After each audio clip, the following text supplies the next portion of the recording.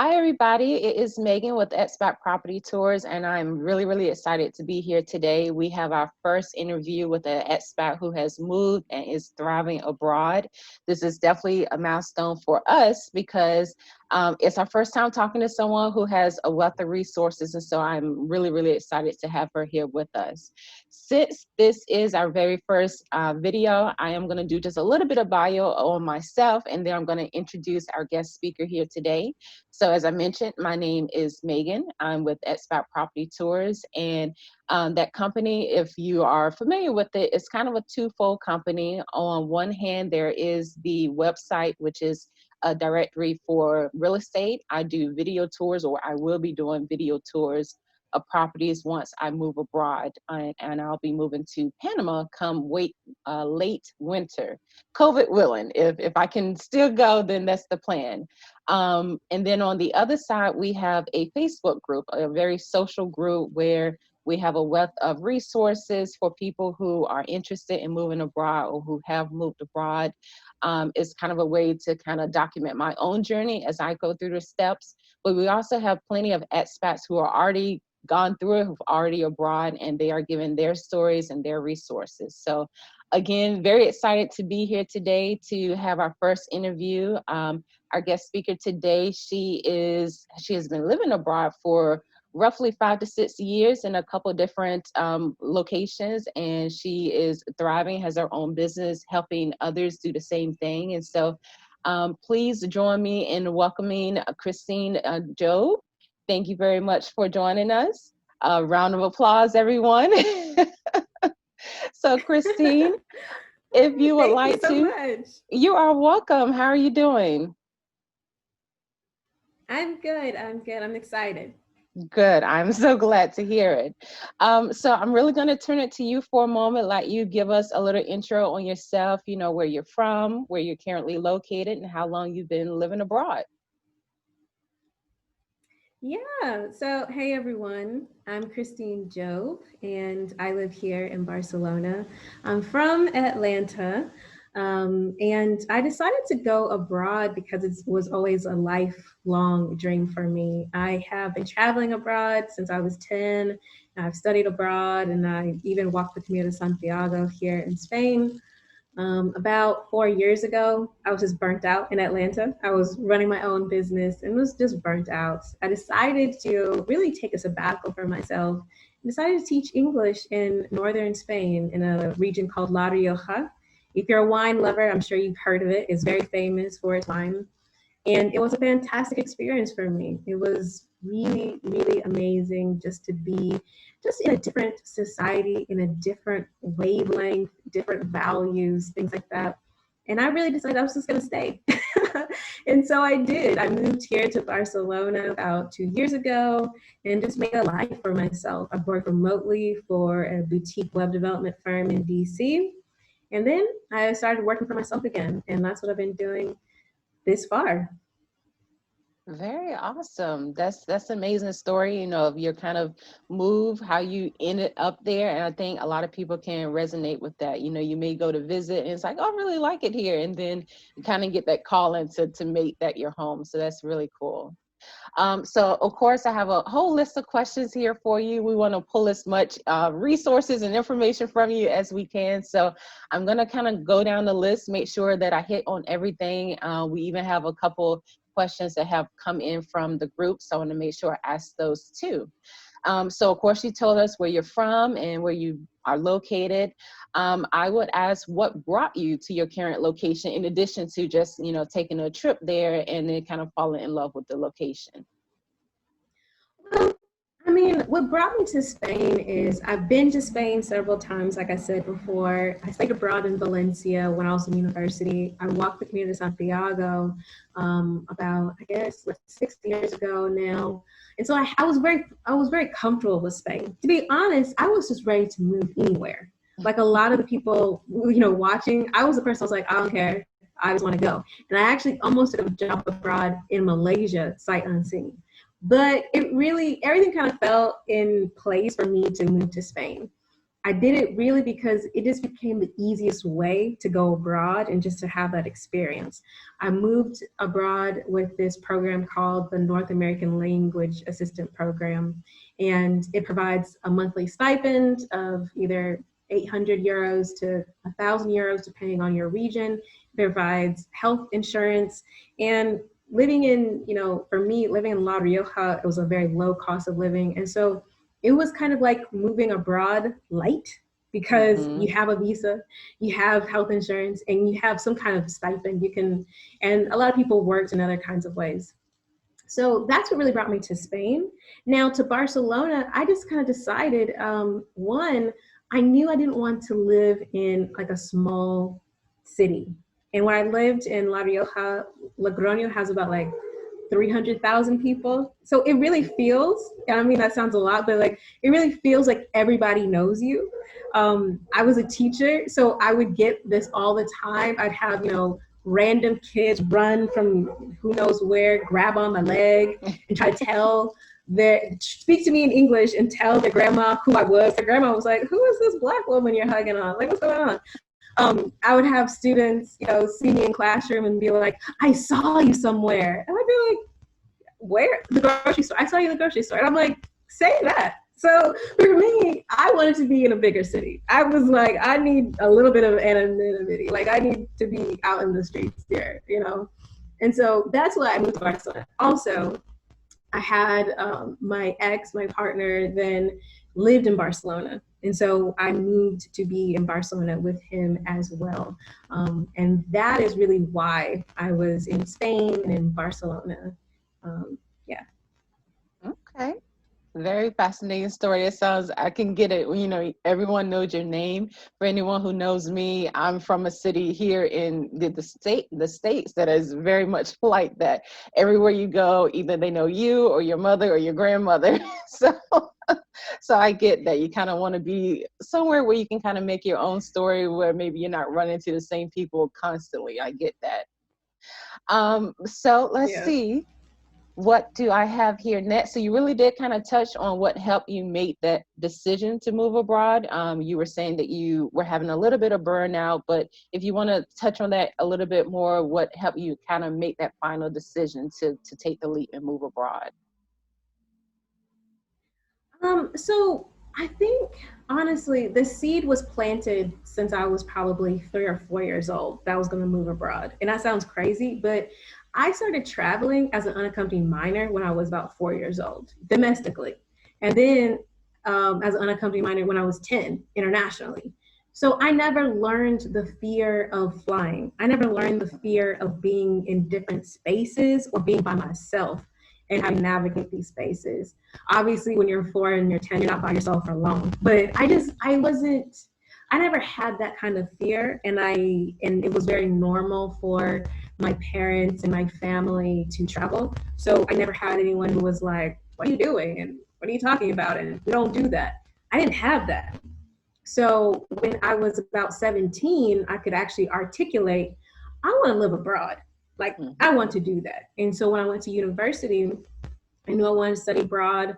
I pursued it like a crazy person. I went to all the study abroad fairs. I picked up all the glossy magazines. Sorry for the environmentalists, because I did pick up every single one. I think I recycled them though, but picked them all up. Had a huge like canvas bag, so they give you all the free stuff. Poured it all on the floor of my dorm and just looked at every single one.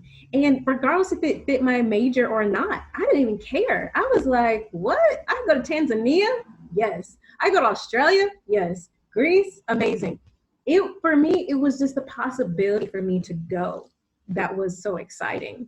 And it didn't really matter if I could speak the language, because I was like, I've already traveled. At that time, I'd already traveled to Europe, and I didn't speak French. I didn't speak German. And I was like, I worked it out. Right. So I wasn't worried. Now I ended up picking a program here in Spain, in Valencia, that actually did fit my major and my minor. I was a business major, and I went and took international business courses, and I took Spanish courses because I minored in Spanish. So actually, I did have some sense and did do that route. And that experience was amazing and also a little bit underwhelming. Amazing because I made it happen, but then underwhelming because I think we romanticize living abroad, and I didn't have this picture perfect study abroad experience. It was a cohort of like 50 students. I was the only Black person in my cohort. None of the students when we went to university, none of the other students, people were like, what are you doing here? People would at my university be like, who are you? And what are you doing? I'm a student here to learn Spanish and international business. That's an experience I couldn't share. I also, for me, it was a big privilege to be able to study abroad, because study abroad is usually, unfortunately, quite expensive. And some of the people in my cohort were just like, vacation, 6-month vacation, and didn't really take it seriously. Mm-hmm. That was disheartening. And behave in, vile ways that give Americans bad reputations. So that was disheartening. But it didn't discourage me from pursuing a life abroad, because it was just a life lesson, realizing that there are going to be people who don't take full advantage of opportunities. There are going to be people who are just going to act out, no matter where they are, just going to act a fool. And that was a life lesson I needed to learn. And then, with all those experiences, I went to law school, I did all these things, and it just really kept on nagging me. I wanted to live abroad. I wanted to make it happen. And then it was just like, okay, I'm going to just take a chance to go ahead and do that. I know that I wasn't happy and I was burnt out. And it was hard for me to make that decision to leave, because I think American culture does a really good job of programming you to be working. And if you don't have this level of success, you're obviously not working that hard. And that, we all know that's not the truth. And if you leave, then you're running away and you're scared and all these other things, you're a quitter. And that was hard to overcome. But then I said, you know what? I care more about, one, the things that I deeply want, more than what anyone else has to think about it. And I care deeply about my wellness. I need space and time. I didn't think moving to Spain was going to be like a cure-all for my life, because it wasn't. But it gave me the space and the time to deal with things. It gave me the time to be really clear and be really honest with myself about what I wanted and how I wanted to approach my life. And so that's how I made that leap. And it was a leap. It wasn't like easy, especially because La Rioja, unlike Barcelona, they really just speak Spanish. Right. Here in Barcelona, a lot of people speak English. There's a lot of foreigners, there's a lot of expats. But they're like, we just speak Spanish. So I was rusty, but it was helpful. Well, I'm glad you finally did take the leap. I know it does take a while to get to that moment. You have to do so much research and answer so many questions, and you finally get to that moment that you're like, you know what, I'm going to do it. So I'm glad you hit that moment, and you've made the move successful, and you've been abroad for several years now. So when it comes to actually moving abroad and living abroad, how would you say that your life has changed since you've moved? Oh my goodness, it's changed in so many different ways. I think the biggest way is that I really embrace the concept of surrender. I know that sounds a little bit weird, but I really embrace the concept of surrender now, because I'm, as an American, a Black American from the South, there are certain ways that I have been conditioned and to do things and to expect things to happen that's just not universal around the world. So moving to Spain, I have had to embrace surrender. I've had to realize, you know what? The way that I want things done is not the only way that things can get done. And, I cannot hold someone to a standard that is of my country. This is not my country. I gotta rock and roll with what they have going on here. And it's given me such an incredible perspective as well. I think that as an American, we all drink the Kool-Aid. America's number one. I'm not sure in what, but we're number one, doesn't matter. We're number one. And It's like our lifestyle, however we do things is the best, period. No explanation. There can't possibly be another way to live life. And that's not true.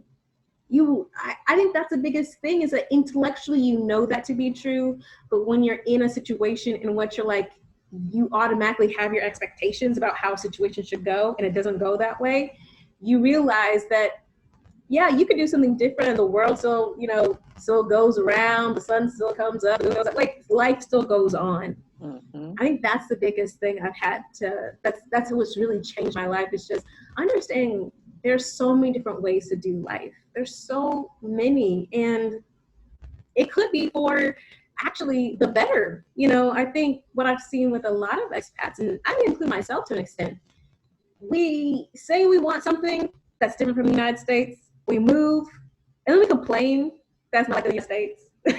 We complain a lot, like, I don't know why y'all, why do you guys take siesta? Don't you want this money? Like, da da da. But then I'm in a culture in which they pay their taxes, they have social, benefits and social security blanket, or network rather, that provides for the community, and community is what it's all about. So now you're in a society in which people are not beholden or chasing down every single euro. Like, they're not. If they say, I need to rest, they're not like, oh, I shouldn't rest, I need to work because I need to make money. They don't, it's not like that. They will work to live, and just about that. Just about that. Yeah, yeah. I laugh because I completely get that. It's a whole nother way of living, and the things that we prioritize here are not priorities other places. So yes, and you have this to-do list and like boom, boom, boom, and you go other places and they're like, like, we'll do maybe one on the list for today and then we're gonna break, you know? Exactly. Mañana, mañana. People are just like, Mhm. I don't know why you're so stressed out. I'm like, I didn't think I was stressed out. I thought I was just, speaking in a manner like I want to get things done. And they're just like, chill out. Mhm. Well, you kind of, it's a great segue to talk about some of the logistics that it takes to actually make the move abroad. So the next question that I did have here for you, or what were the requirements for you to move to the location that you're in now? Yeah, so I moved abroad, like I said, with the North American language exchange. That's what it's called, language assistant program.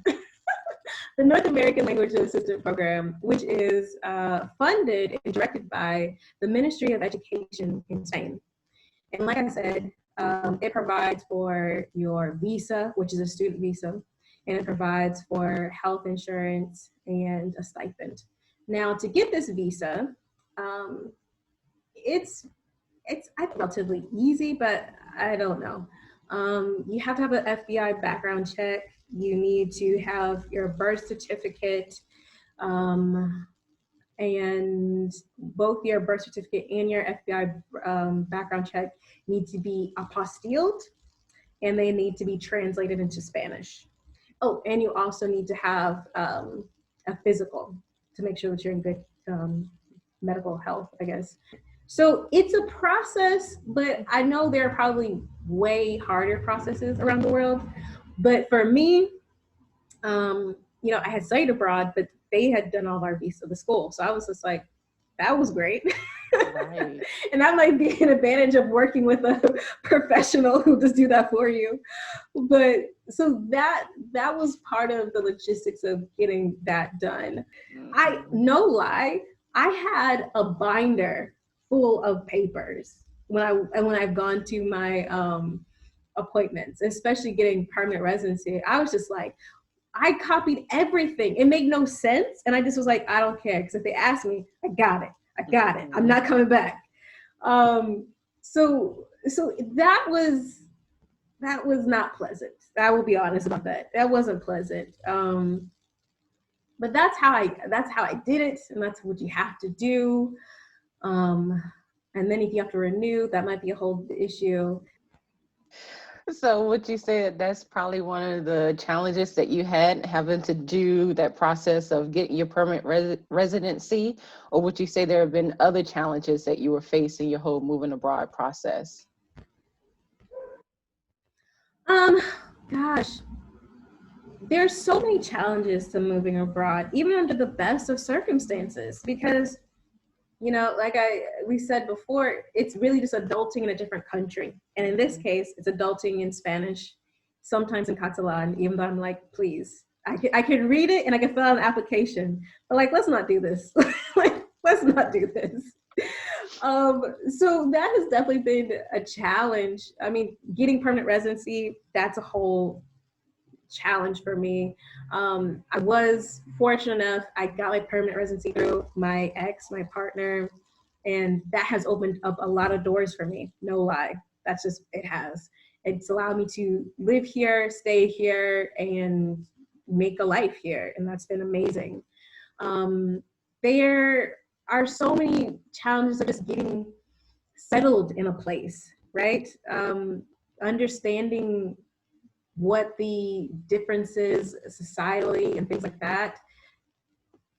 I mean, it is adulting in a different country. You have to get settled. You have to speak a different, language. You have to know that you still have responsibilities in your home country.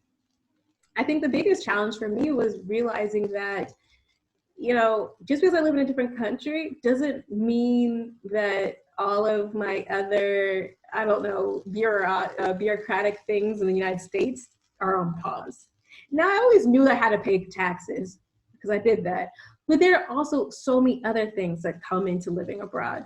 Um, you know, like making sure you have someone in the States, if you haven't, dotted all your I's and crossed all your T's, who can help you get the documents that you need, make sure, have power of attorney, collect your mail, make sure you don't get, identity theft and all this other stuff. There's a lot of things, there's so many things to think about. Taxes, like I said, you got to pay them here in Spain. You got to pay them in the United States. Sometimes they cancel out. Sometimes they don't. Right. Making, these are the challenges that I think a lot of people just don't consider. Also, and I think about this because I actually had someone on my podcast recently talk about this. Probably the biggest challenge, besides bureaucratic and language and stuff like that, is actually emotional challenge. A lot of people don't think about the sacrifices that go into moving abroad. And it's like people are either super excited or they're super over where we live. So they're just like, whatever, I'm going to leave. But the woman that I had on my podcast, she was very blunt. She was like, people are going to die and you're going to have to come home and bury them. Or you won't be able to come home because you have a job, you have a life, you have all these things that are happening. People are going to have kids. You may not be able to meet your friends' kids except for via Skype. People are going to move on with their life, and you are too. But there's no pause. So I think that's a big challenge, is to realize that you are really choosing to live a completely different kind of life. Yes, Skype and Zoom and Google Hangout is key and important. And you have to be very intentional about building these relationships and cultivating these relationships, which I think, has a positive side when you're very intentional with these things. But to say that, not seeing your family, or not being there for important events for the people that you love in their life is not difficult, that's not true. And vice versa, for big things that happen for you in your life and your family's not here, it's difficult and it's a challenge. And I think the emotional wellness aspect to living abroad has to be addressed. You need a support system, period. You need to figure out a coping mechanism. I know a lot of people, they think, I'm going to live abroad and the honeymoon period goes away, and then they think something's wrong with them. They think it's a place. Really, they probably see a therapist because there's a lot of stuff. There's a lot of things that are thrown at you. You're still adulting, and now you're adulting in a different language, a different culture. Maybe you understand the social norms, maybe you don't. there's a lot of stuff going on, and you need that support. So I Mhm. think that's a big challenge as well. Yeah, a support system is huge. And whether that's your support system in your home country, supporting you to get ready to do your move, or whether it's when you arrive in your new location and making friends there. So if you could speak to that for a moment, how do you personally make friends in a new location? Are you online, or are you out in the community meeting new people? Yeah, I do both for sure. When I moved to La Rioja, I was a part of a program that there were a bunch of other people a part of, and I found people that were just on my wavelength, that were older, that had careers, right? Because the program is, I think it's just open for if you have a college degree and you're like 21 to like 60. So obviously, that's a huge demographic. So I'm not really trying to hang out. No offense to the 21-year-old, like I'm not really trying to hang out with y'all. Y'all trying to really live that life, and I want you to, but I'm not gonna be out there with you in the streets.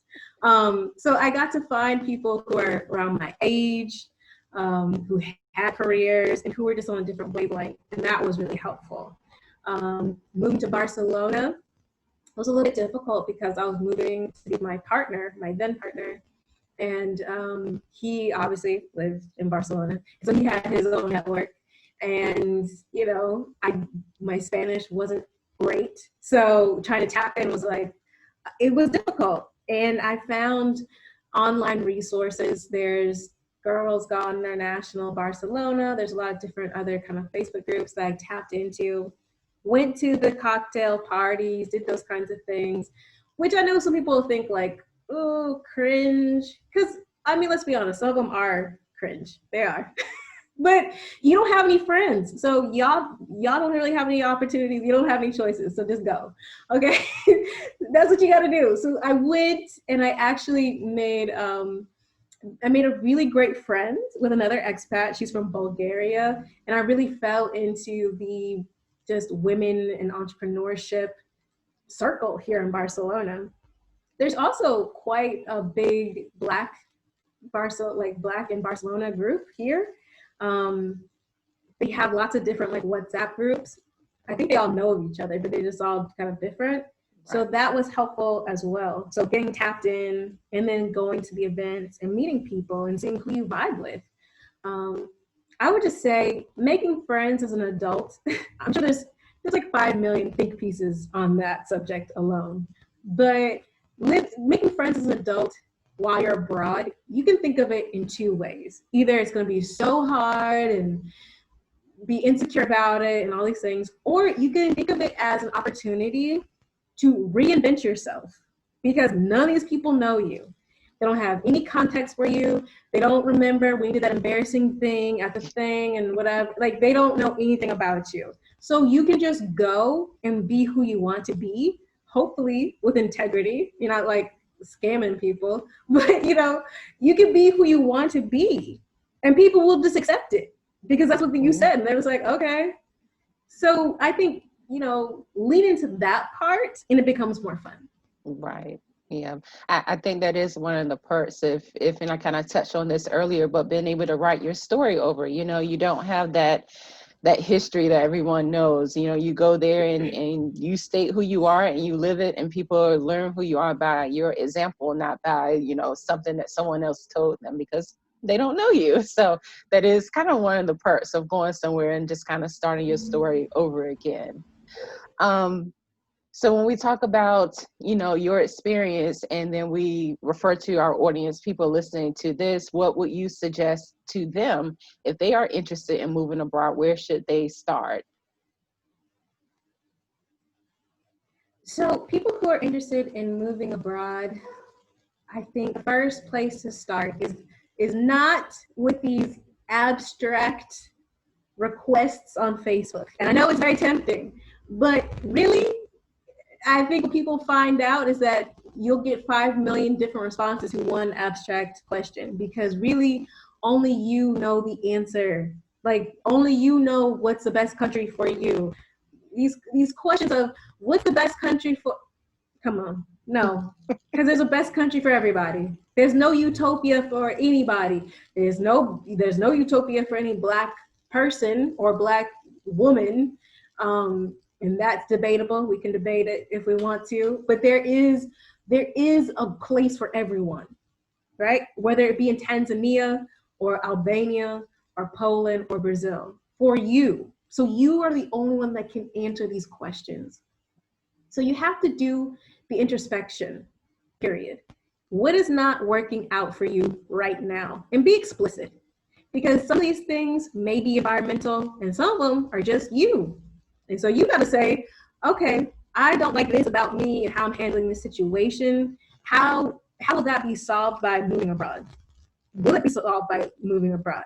That's important, because wherever you go, you take yourself. So don't you go and blame Colombia when it's really you. Don't go blame Mexico. Don't blame, Spain when it's really you. So that's what has to happen. You have to be real. Mm-hmm. Is it, okay, look, I don't like the fact that I'm working all these hours, I make this much money, and it does not go far enough for me. That's a good place to start. Okay. You need to understand, well, what are your must-haves in your lifestyle? How much does that cost? And then you can start investigating countries from that point of view. Because what is affordable for you is not affordable to someone else. What the best and greatest lifestyle for you is not the same for someone else. So asking complete strangers on the internet about the best place to raise a kid, that's ridiculous, because they may not raise their kid like you raise your kid. You have all the answers. So start there and be brutally honest. If you're not brutally honest now, you will be brutally honest when you're somewhere else and things are not working out. That is where you have to start. Once you do that introspection, then Google. Yes, Google. Because Google will tell you visa requirements. Do not go into a Facebook group at all and ask for visa requirements, because that is Googleable. And people who could really help you out in different kinds of ways will scroll by your post and not engage with you, because you're asking questions that could be solved. And if you're going to be in a group, in a community, it's a give and take.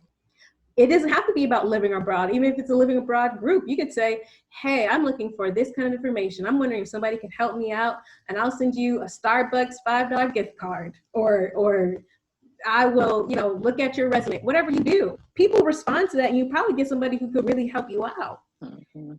And also I think that's the kind of vibe you need to start cultivating now. Because you're moving to a different country and you're just going to ask people, you're just be asking, taking. And it isn't, you need to understand that you're part of a community. Just because you don't know how to do something doesn't mean you don't have anything to offer. So I would say that you cannot, and I don't think going to, the 15 best places to raise a kid, the 15 best places to move abroad, that's not the place to start, because you don't know what are their correct criteria. Like, are they talking about your life? Are they talking about your kids? I don't think so. You are the expert in your life. You know what you need, what you want, and you're the only one that can define what success looks like for you. What does thriving abroad look like for you? Maybe it's on a hammock on a beach. Maybe it's not. Maybe it's in a condo looking over Hong Kong. I don't know. So that would be my advice. If you're serious about it, you got to start with yourself, and you got to get used to it too, because you're going to be doing all the work. Unless, if you don't want to do anything, fine. Don't put that burden on a Facebook group though. Pay someone. There are plenty of excellent expat career transition, international placement coaches, agencies. Pay them what they're worth. Don't be like, what? No, pay them what they're worth and let them do their thing. So that's my advice. If you want free, you need to go about a certain way. If you don't want free, pay somebody. You can ask them all the crazy questions. Right. And it definitely starts, like you said, with the inner reflection. You have to ask yourself some hard questions. What is your why? Why do you want to move abroad? What are you looking for? What are you going to be happy with? And be realistic about it. It's not, nowhere is perfect. It may be, a step up, maybe a few things that are better, but there's no place that's gonna, check every single box and have no issues at all. You can't run from your problems, especially if they're problems with yourself. So I really think that's really great advice. Kind of like you said, those surveys or those quizzes or those, top 10 places, they you have to take them with a grain of salt, because from whose perspective were they written?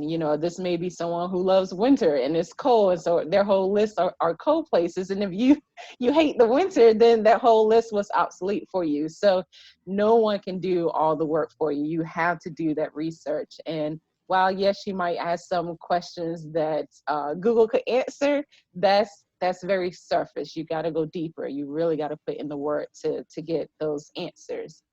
So I really appreciate that. And it really does kind of lend perfectly for what you do with your own business, because as you mentioned, you have your own business, you help women kind of move abroad and kind of thrive in their new country. So could you tell us a little bit about your business and what it is exactly that it involves? Yeah, so I'm a business strategist. I've been a business strategist for the past 8 years, working with startups, with small business owners, micro business owners, family businesses, things like that. My business that I do now is, I love it. I love it so much. I really help women of color led ventures. I help them to get from ideation to launch. And I specifically help women now, I guess in this climate, it's kind of an opportunity that has grown up for me.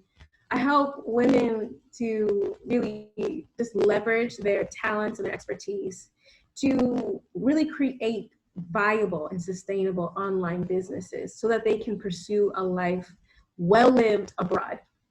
And I really decided to do that because a lot of people ask me, like, how do you live abroad? Like, what do you mean? Like, how do you make that happen? And I told them all the ways that I've gone abroad. I was a teacher, and that was interesting, and I had a stipend. And then I worked remotely, and I was a salaried employee. And then I decided I really like working for myself. I like working for myself. I've done it before in the past, and I like working for myself for so many reasons. One, it makes me professionally fulfilled. And that's something that I think a lot of women are seeking in their move abroad. A lot of women, a lot of Black women have worked their butt off to get these degrees and letters and things like that. And part of the problem about moving abroad is that they're like, I did all this work and now I'm supposed to leave it behind and teach English. And now everybody wants to teach English, right? like I don't know if I want to do that. Or like, how am I going to explain to my mom and my dad that I got these masters and yeah, I'm going to move abroad, and then when they ask me what I'm going to do, and then they're like, I don't know. That's a problem. That's an obstacle, right? And especially if you love what you do, you just don't want to be in a certain place and do it. That's really important. That's something I found, that I wanted to do something I was professionally fulfilled doing, period. I like working with people, and I want to continue doing that. But also, I wanted to be financially abundant, period. And I'm not ashamed of saying that. I want to be financially abundant, period. That's just what it needed to be. Financially abundant means so many different things to so many different people. But for me, living in Spain, Spain has a weak economy. Trying to come here and work in Spain, why? What? I mean, outside of being an English teacher, why? No. The average monthly salary for, the average Spanish person is 900 euros a month. Are y'all doing that? No, you're not. You're not going to do that because, this average Spanish person is not paying rent. They're living in a house that is a family house. Their great auntie died. They have a house, their mama, daddy, whatever. They're not paying rent at all. Okay? They know all the local things, so they're not paying any kind of expat, convenience, imported, whatever, taxes, things. Like, that's a different lifestyle. Especially if you don't have to pay rent or mortgage, like that's a lot. So I knew that I wanted to live outside of the Spanish economy. And I think a lot of people, when they think about it and they do their research, probably feels the same way. I mean, unless you are getting transferred by a multinational company, there are some here in Barcelona, or a prestigious international school where they pay for your accommodation, all these other things, you probably want to work outside of the local economy. And working outside the local economy allows you to be financially abundant. And so I help these women to leverage this, leverage their expertise, leverage their talents into these viable businesses, which could be freelance or consultant, so that they can pursue this life abroad. Because I believe for probably everyone, but specifically for Black women, and maybe more specifically for Black American women, living abroad is a gateway to wellness. It is a practice in wellness. Living abroad allows you to kind of just take off for a moment the burdens of being a Black American woman in America. And in some places in the world, really enjoy being American, because people are like, oh, you're American. It's amazing. You're like, is this what privilege feels like? Fantastic. It's a gateway to wellness, to explore opportunities that may have been denied to you, that do affect your professional wellness, your financial wellness, and your emotional wellness. And so that is my business. I'm very passionate about it because I believe that you should be able to work in the fields and in the services that you want to work and to thrive, period. And I know, especially Black women, Black American women, we are highly educated. We are highly entrepreneurial. Do not let the fear of the unknown scare you. Are you joking? We make something out of nothing all the time with glitter, razzle dazzled. It is amazing. And everyone's just like, how did you do it? And you're like, this is what I do. This is what I do. I make it look easy, but it's not. And I'm just saying, take that and use it to pursue a life abroad, to explore what you want to explore, to do the things that you want to do. That is what I do with my clients. I have a signature program that's a 12-week sprint. It is what it is. It's a 12-week intense consulting in which I help my clients get from ideation to strategy to launch. It's something that I've used for the past 8 years for my clients and for myself. I used it to launch my podcast, Flourish in the Foreign, which I just launched in May. I had no podcasting experience at all. I didn't know what I was doing. I listened to podcasts and was like, oh, okay. I didn't even know there were other platforms for podcasts besides Apple Podcasts. Like that's how newbie I was. But I know my framework, and I know I'm a strategist. I figure it out. That's my thing. I figure things out, I execute. And I did that. I launched my podcast May 11th. Now here, August 11th, I think. It has over 2,000 downloads, over 25-star reviews, not just ratings. People wrote things down, nice things too. You could all check that out. And it has opened up so many doors for me professionally. I have a crazy amount of new contacts because my podcast is all about elevating and affirming the voices and the stories of Black women living and thriving abroad. That includes Black women from across the diaspora living all over the world. These women are doing the damn thing, period. So the thing is that I'm walking that talk. I know what I'm talking about, not only from my personal experience and working with my clients and doing my own business, but seeing women move to Albania, no joke, and moving to Singapore and to Hong Kong and Afghanistan and Bangladesh and Argentina and to the Netherlands and all around the world and thrive. I know it's possible, and I just want us to do that. I want us to take these just amazing gifts and this amazing education and not be striving for something that maybe we don't want and trying to create a life that doesn't fit us for some people that don't appreciate it, and to create something for us on our own terms, right? To really fund the life that we want to have. And that's why I do what I do. I absolutely love that. I love that. And I think a lot of other people listening are gonna love that too.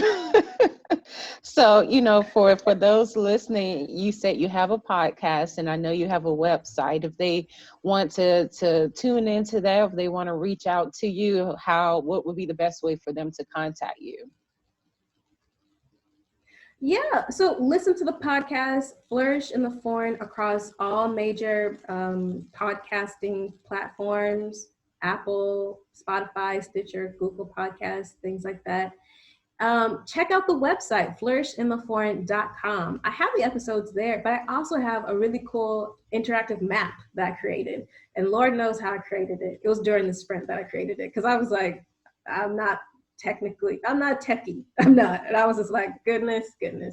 But I created this cool map that actually is a map of the world, and it has a pin in all the episodes that I've had so far. So if you're looking for a certain country, you can kind of click on it and you can see the stories that are there.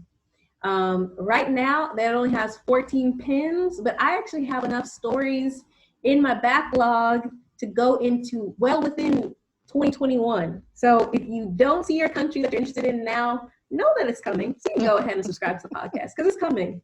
Because I have been interviewing women since March. Oh my goodness, I just interviewed a woman who's in Japan. She's an architect. She is from Jamaica. She didn't know how to speak Japanese. Learn Japanese enough to go to grad school in Japan and get hired in a Japanese architectural firm. Working languages Japanese, and she's doing it. Like, these are real deal stories. You want some inspiration, you want some practical tips about how to get it done, you want to know about the real deal struggles and triumphs, this is the podcast for sure. Okay. Well, we will be tuning in. I know I will, and hopefully others will be joining me. So I really, really do want to thank you. That's all the questions that I had here on my list. You did an amazing job of giving us your backstory and telling us your journey, and really giving us some resources and advice for us to kind of follow that same lead and fulfill our dreams of moving abroad if we so choose to do. So I really do want to thank you, Christine, for joining us. Before we wrap up, just are there any final words that you might have before we part ways? I just want everyone to, if you're really interested in moving abroad, to do it. I do believe that so many great things can be just revealed to you, and you can evolve as a person by living abroad. It is not going to be easy, period. It isn't. I mean, perhaps if you're instantly wealthy, then it'll be extremely easy for you. But for whatever reason, it won't. It won't be easy. And I think that that's okay. That's okay. Lean into it. I think that creating the life that you want, to intentionally create the life you want, requires sweat. It requires a cultivation. You got to get dirty. Yes, you can plant the seeds, but then you have to work the soil. And I think that's okay. I think that is totally fine. I don't want people to think that moving abroad solves all problems, because it doesn't. I don't want you to think that moving abroad is going to be scary, because it usually isn't, because it's just people. But I do want you to know that it's going to require cultivation. But it's the best kind of cultivation. You are deciding to give yourself the environment, this time and space to breathe and to consciously create a life well lived for you. I just don't know what else in this life is worth that kind of effort and attention. Like, you want to break a sweat doing that. You want to be earnest in that. And so I say surrender to it. Surrender to it. And I think it'll be such a beautiful experience for you. I really do. There are so many people that you can tap into for resources, and I think you should definitely do that. Um, but just be open to that. Be open to that experience. And, if you want more people, or what am I trying to say? If you want more information about me and my business and how I can help you, you can definitely check me out at www.christinejob.com. Then also, There are so many great podcasts. There are so many great Facebook groups, obviously. There's so many great just resources here that are here to help people move abroad and help Americans and Black Americans move abroad. Tap into it. Really tap into it. Be a community member, engage, reciprocate, but tap into it because there is no place under the sun a Black person hasn't been, period. So don't be like, has anybody? Yes, somebody has, and they lived there for 50 years. Because that's all the stories I know. I'm like, I am always amazed by there's always a Black woman that's lived someplace for like 50 years. I'm just like, what? We're just out here. And we are. So tap in and enjoy the process.